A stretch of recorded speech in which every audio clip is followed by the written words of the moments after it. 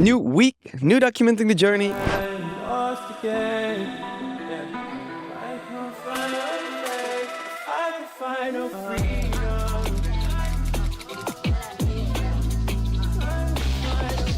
Welcome back. On this channel, I document my journey building my brand, exchange life from 0 to 10 million a year. We sell custom jewelry. And today, the video is gonna be a Q&A about the new year, how my 2024 was, what my 2025 is gonna be like, some other questions about life and maybe some, interesting other things. What I'm doing here in Cape Town, for example. So yeah, let's get into it. So I just got here to Cape Town 1.5 weeks ago. Actually, only 1 week ago, 31st of December. We went right into the New Year's party. I'll add a clip at the end together with Matt from Spacegoods that we did here. I asked him some questions on the party. And then in next week's video, you'll see more about the party. From next week on, it's just going to be normal vlogs. I think I'm going to do like a weekly thing now, no matter if I have brand updates or not. And instead of doing like 50-minute bi-weekly video, make them like 25. And when the video is finished, I'll record the intro and then I know exactly what's in there. And then I can say, hey, if you want brand updates, you can go to the end of the video. But then I can just put out shorter videos more frequently. That might, be better. Because now the videos are so long, I don't know. That's just what I'm going to do. So you can see everything that we're doing here at Cape Town, more about the party, more clips of my life in next week's video. So let's get into the questions right away. I did a little Instagram poll. So for next videos, if you want to ask your questions, I do like a monthly Q&A. Follow me on Instagram and I'll put the story poll up there. Then you can submit your questions. So I didn't prepare these. I'm just gonna rip them off the cuff. What have you figured out in 2024 that has been the biggest factor to scaling your brand? So I started scaling my brand at the end of 2023 for the first time. 2024 was my first full year running ads for the brand. I learned many things this year. I learned about creative, how to create good creatives. I learned about the importance of products. I think I probably wasted too much time and effort in 2024 on over-engineering a small product opportunity, which means I was putting in most of my brain effort into thinking of new ways to promote a design or a collection, in this case, the maps, that was already like 80% leveraged. Like, okay, I can squeeze it out if I put that much more effort into it. But I think I should have just instead put all of the effort into finding new products and then creating bigger product opportunities. Because you can create 1,000 ads for the same collection, or you can create a new product and create one ad and get way more profit from that one ad in return, basically. So yeah, that is something I think I should have done. That's kind of something I'm gonna do different next year. I think anything else, it was creatives, like systemizing creative to get to the scale to where I'm at now. Systemizing creatives probably was the most important thing. Figuring out media buying and then some hiring, I guess. So if you're like, let's say 0 to 5 million a year, I don't know, it's not that complicated to hire. You just have to outsource customer service, operations, etc. That's all set now and like can be scaled up higher. So I think the creative part was a big, factor to get to this point, media buying creative. But I think to go from like where I'm at now to 10 million a year, the biggest part will be product. So I just released my new product, for example. I'm going to do actually 2. I released 2 new collections and I'm going to do like a collection a month or something.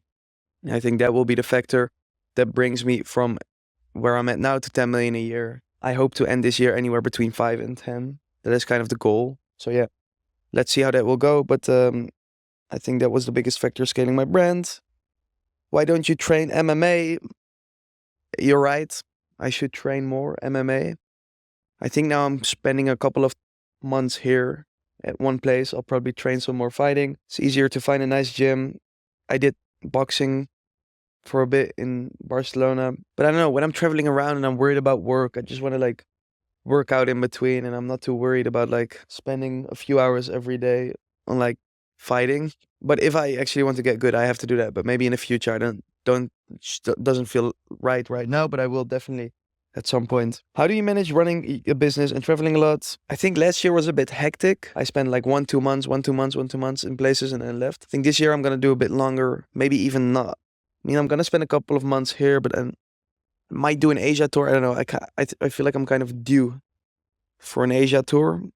I kind of feel like, I don't know, Feel like it. Maybe I'll do South Korea, Japan, Bali again. But let's see. I don't know. How do I, in general? So it was a bit hectic. I don't know what my point was. The thing is, my point was that probably this year it will be a bit less hectic. But for me, I can probably adjust into a routine in like a few days. I need my laptop. I need a place to sit. And I need to figure out where the gym is and where I get my food. When I figured it out, I get the same food always. I go to the same gym. I sit in the same place and then kind of ready to work. For me, it's not that big of an issue, but probably I have a lot of productivity falling left and right through the gaps that I don't even notice by traveling. But yeah, I just personally think it's worth it in your early 20s to do it because it brings so many different experiences and learnings and people that you meet and connections that you make and girls that you date and life lessons that you learn that are all so much more valuable than the 20% extra productivity that you would get by locking yourself up in some boring ass city. So I just think it's way more net beneficial for your life to be traveling in this period of your life, even maybe if you're older, like if you haven't done that yet, as to like lock in and be a fucking absolute nerd and don't like go anywhere in terms of just net benefit for your life and learning things. So that's why I think it's worth it. That's why I do it. I'm enjoying it a lot. Traveling with a good group of guys. It's been the same group this whole year and here again together. So yeah, I just enjoy that. How do you fulfill your orders? Any 3PL suggestions? How I fulfill my orders? I set up a factory and we engrave all our pieces there and then we ship our pieces out with a 3PL. I'm kind of always careful with promoting things. I put everything in my description now that is doing a good job for me. But some things are just not relevant to promote because it's, for example, very specific to what I'm doing or whatever.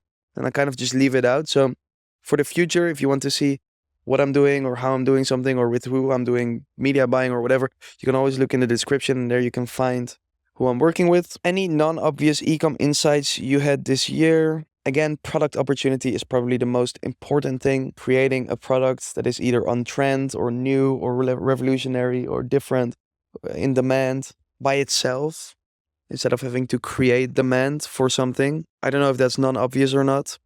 Anything else? I don't know. I still believe that you can outsource most things to the Philippines. Most of my team, even my creative team, is from the Philippines. I don't think you have to spend thousands and thousands on salaries every month. I guess that's a belief that is how I run my business and that might not be obvious if you come from like a traditional business school way of running a business. Any other e-com insights? Creating a good theme for your site is really fucking hard and it's not easy. When you go to my site now, it's sick, it's unique, it's different, but it was not easy to get there. Way harder than expected.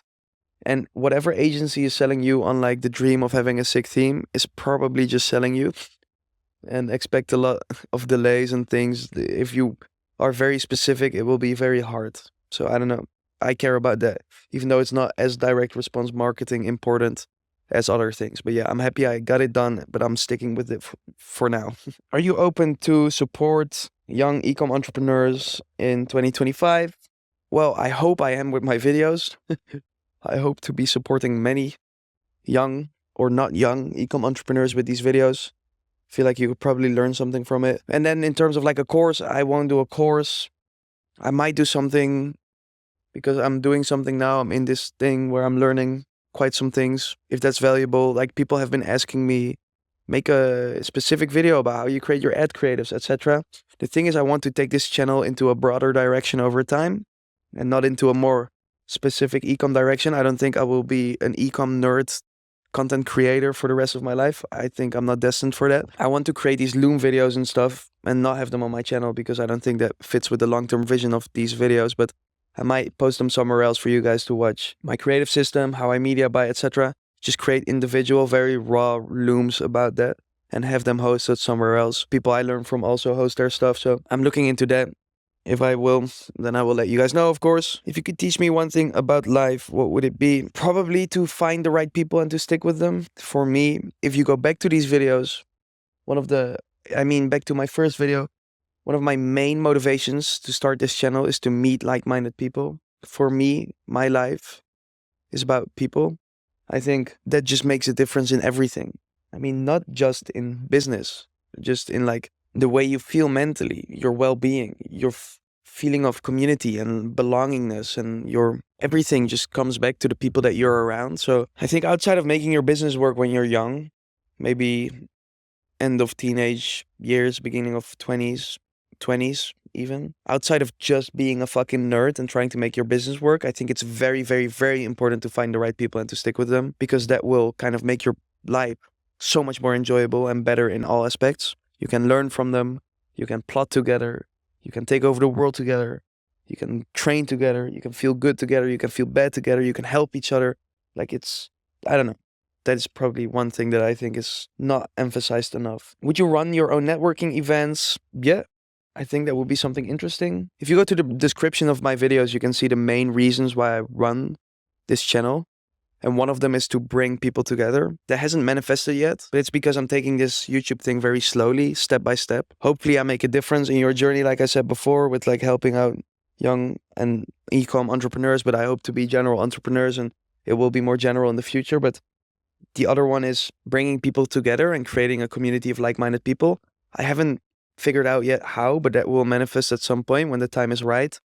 I went to an event from one of my friends, one of my good friends now, a guy that has made a lot of impact on my journey, met this year at the yacht. You can see it in the videos. I think that was great. I think at some point it's really cool to run trips. There is another guy, Jay, that I connected with actually through both creating videos. He organizes these founder houses. Very cool guy. Very cool project that he's building. Maybe at some point do like a founder's house with him for like viewers of the journey or something like that. I definitely want to do it. I'm just taking this very slow, and I only want to do it when it feels right.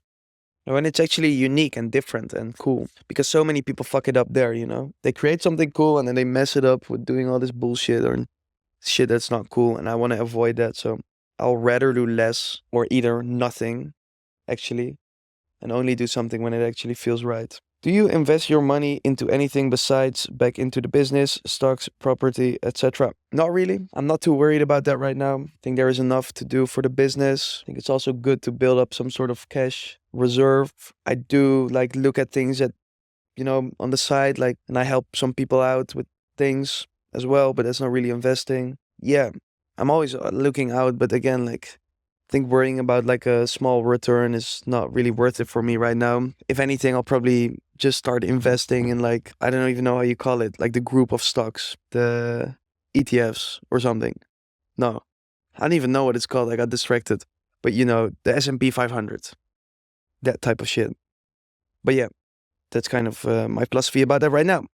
Worried about the business and getting that to a point. I think that is my highest return thing right now and my thing that I should worry about most. Any regrets this year or something you would have done different? No, I think the product thing is a big thing.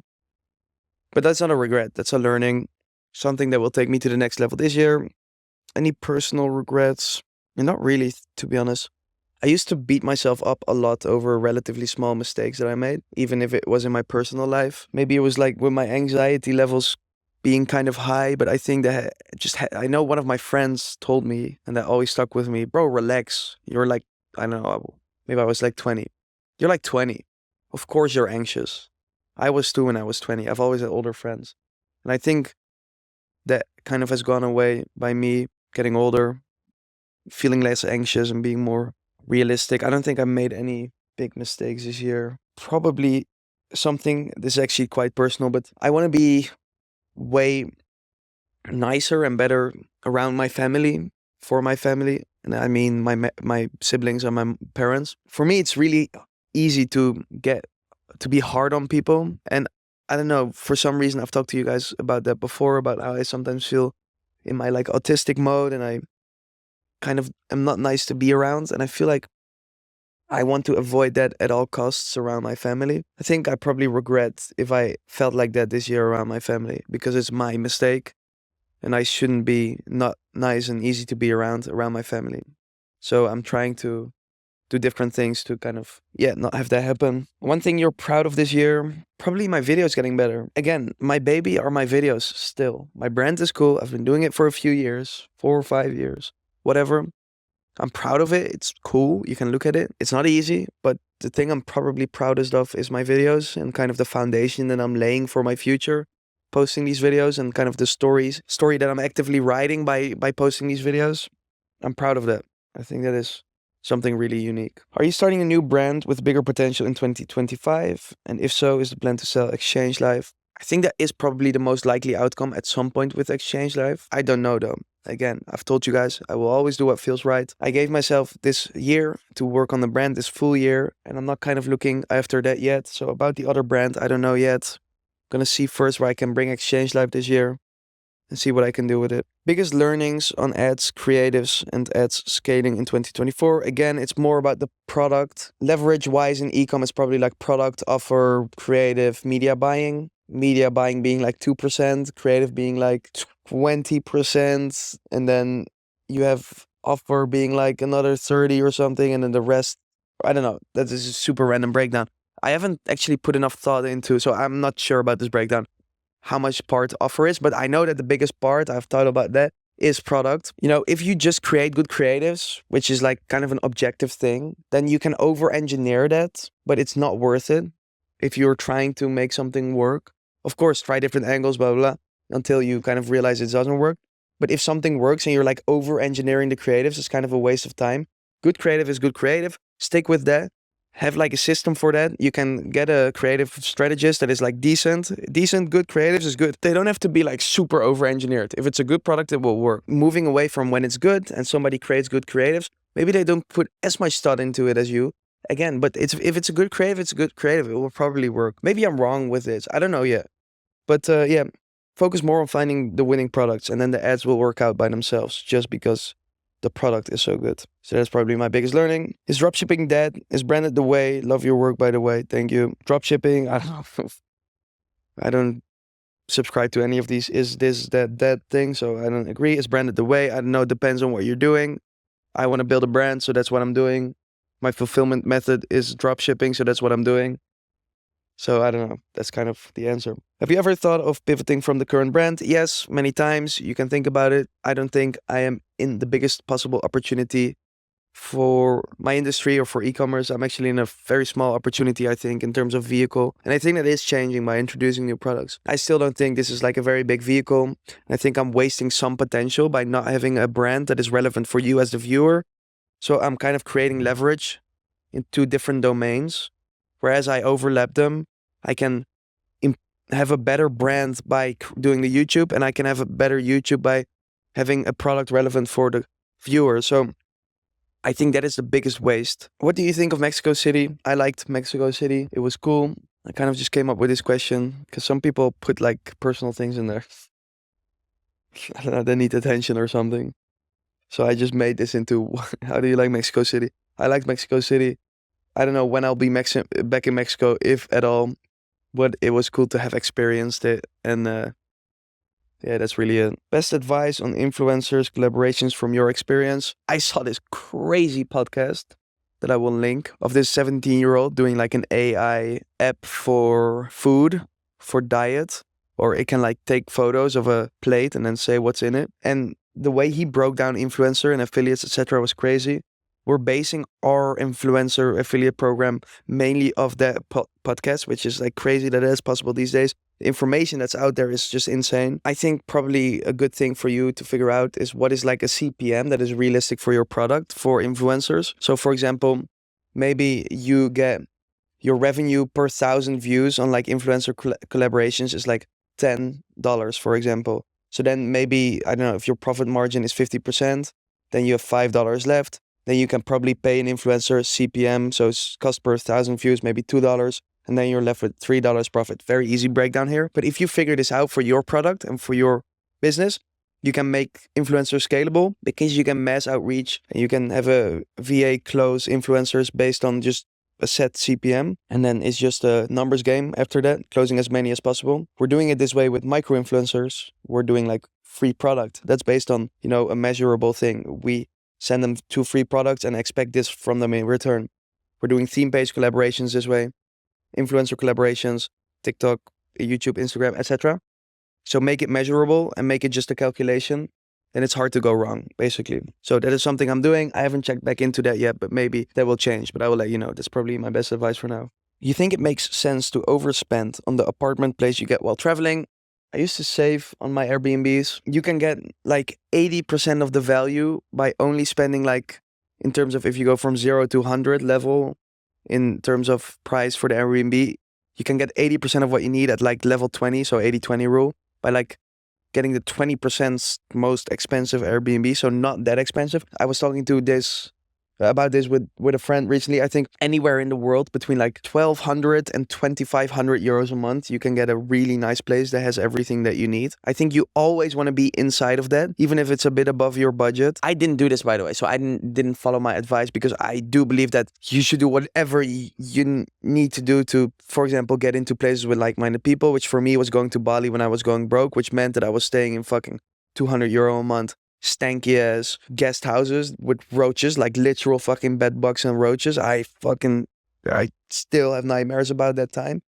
I was so stressed out, but I had to do whatever it takes to go to a place where I could meet people, and it worked out. So do whatever it takes, first of all. But then as soon as you start making some money, and you have some money saved up and you have some traction, from that point on, don't cut costs on it anymore, because that means you can probably make it back by being more productive in ways. Okay, so that is kind of how I think about that. What brought you the most happiness this year? I don't know. One thing that made me really happy was seeing my little brother for Christmas, both of them, and especially my youngest one, because he had so much trouble in like growing up, and now he turned out to be like such a good guy and a funny guy, and like someone I want to be hanging out with, and someone that I want to take places. So I think I kept like looking at him and just laughing, because I think I love to see the way he's turning out and growing into a young adult as like a super cool guy. I think he will go many places. Also seeing my other little brother doing his own thing and finding his way in the world. And then just being around my guys. I think I finally have some people that I really, really, really enjoy to spend time with, and that I travel with, and that I go places with, that I learn from, and that I be degenerate with, and that I have parties with, and that I can just do everything with. And I think that was something that I was looking for a long time, that this year finally came together. And this was my first year where I was doing that dream that I wrote down in my Notion, I wrote down something like years ago, being in a house with guys working. That's kind of what I did this whole year around the world, which was always my dream. Like that was kind of my full dream, to go wherever I want, do whatever I want, with whoever I want, whenever I want it. And that's kind of what I did this year. I think that realization in many different times of the year made me very happy. Progressing, getting better, getting stronger, running more, just progress brings me happiness, getting the brand to new places. Yeah, I think those were probably things that brought me the most happiness. You started immediately your brand after your agency, or you first dropshipped? So actually my brand is already like 5 years old. I had my brand before I started my agency even. I just couldn't make anything work for the first 3 years. So I started a brand, nothing worked. So I ran like theme pages for the brand and did like a few $1,000 sales for like the first 3 years. And then I had a job, or I went to uni, dropped out while doing the theme pages and the brand, worked a job, intern for marketing for like 1.5 years. Quit that, was still just trying different stores and dropshipping. Yes, I did dropshipping, custom puzzles, wooden watches, many other things, varsity jackets. Nothing was working still. I was trying all these different stores while still having my brand and the theme page for the brand. So then I quit the job, nothing was working. I quit all of the other stores, and then I moved to Bali with like $5,000 saved up from the job. And then I started my agency to make TikToks, to work, to like have more upside and can get more clients and more money monthly while still trying the brand. Nothing worked. Then I met a guy. He ran my ads in Q4.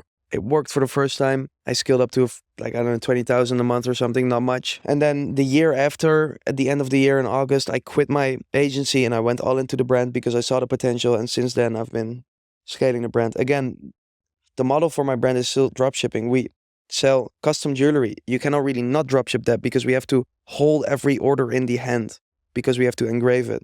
So it's automatically dropshipping.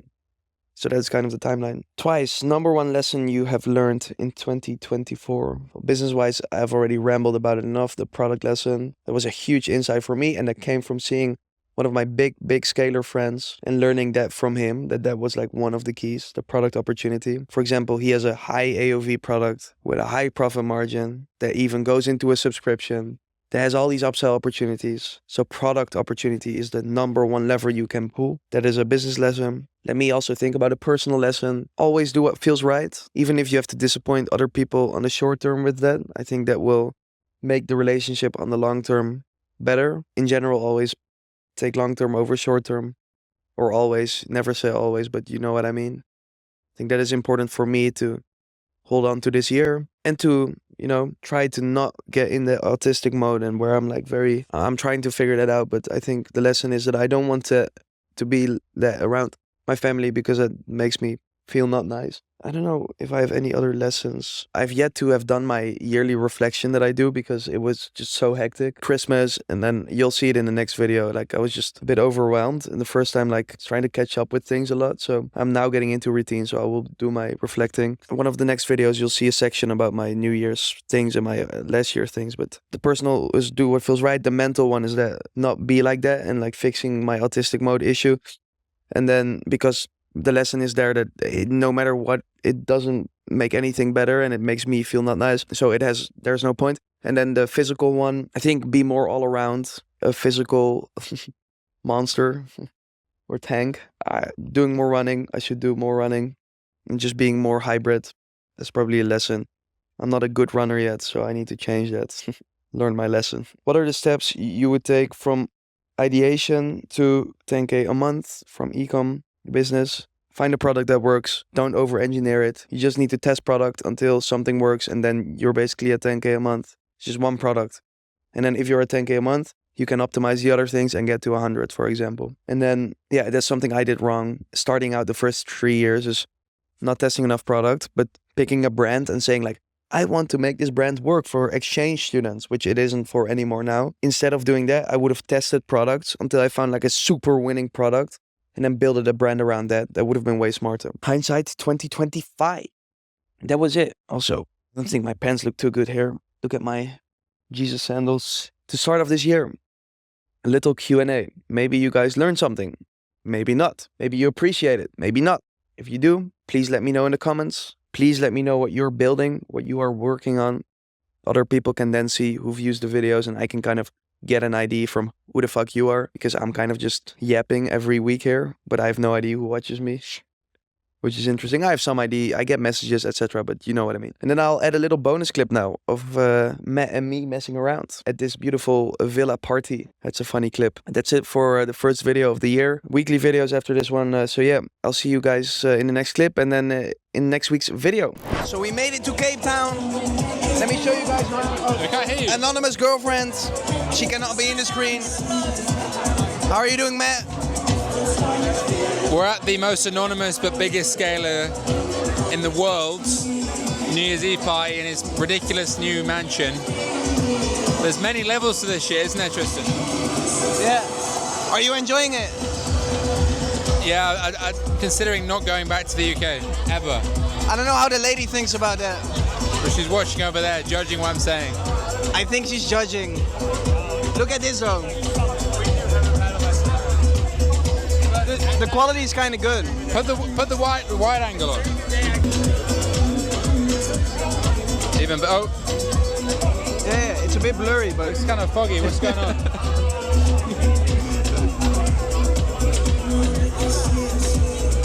How long are you staying here then? Only a week.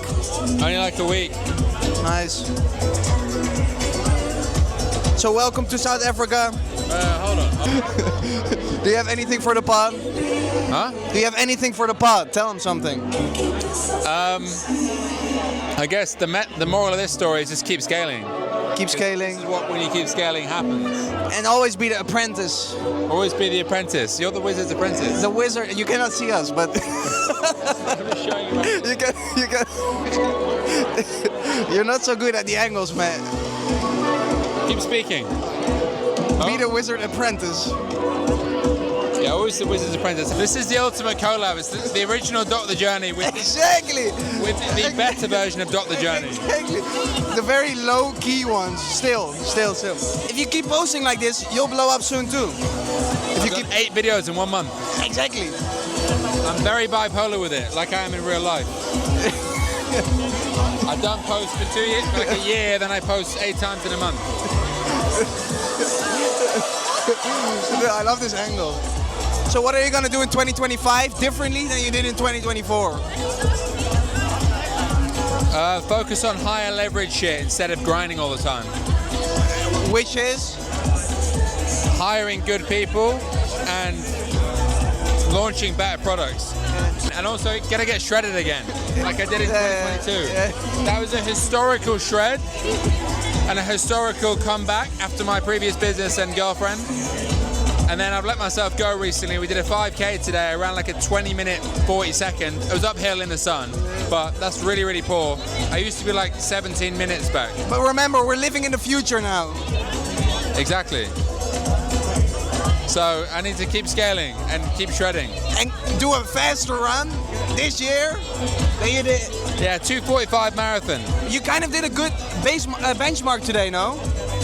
Yeah, it was a good foundation. It proved how unfit I am. Yeah. But I still beat Simon. And me. Well, you went fully racing. So welcome back to the original Documenting Your Journey. We're gonna enjoy tonight. And it's New Year's Eve, so it's gonna be a fun one. It's gonna be a fun one. Signing out. For now. Happy New Year's. I hope you had a good Christmas, and we'll see you in the next one. Put your hand on there, block it out.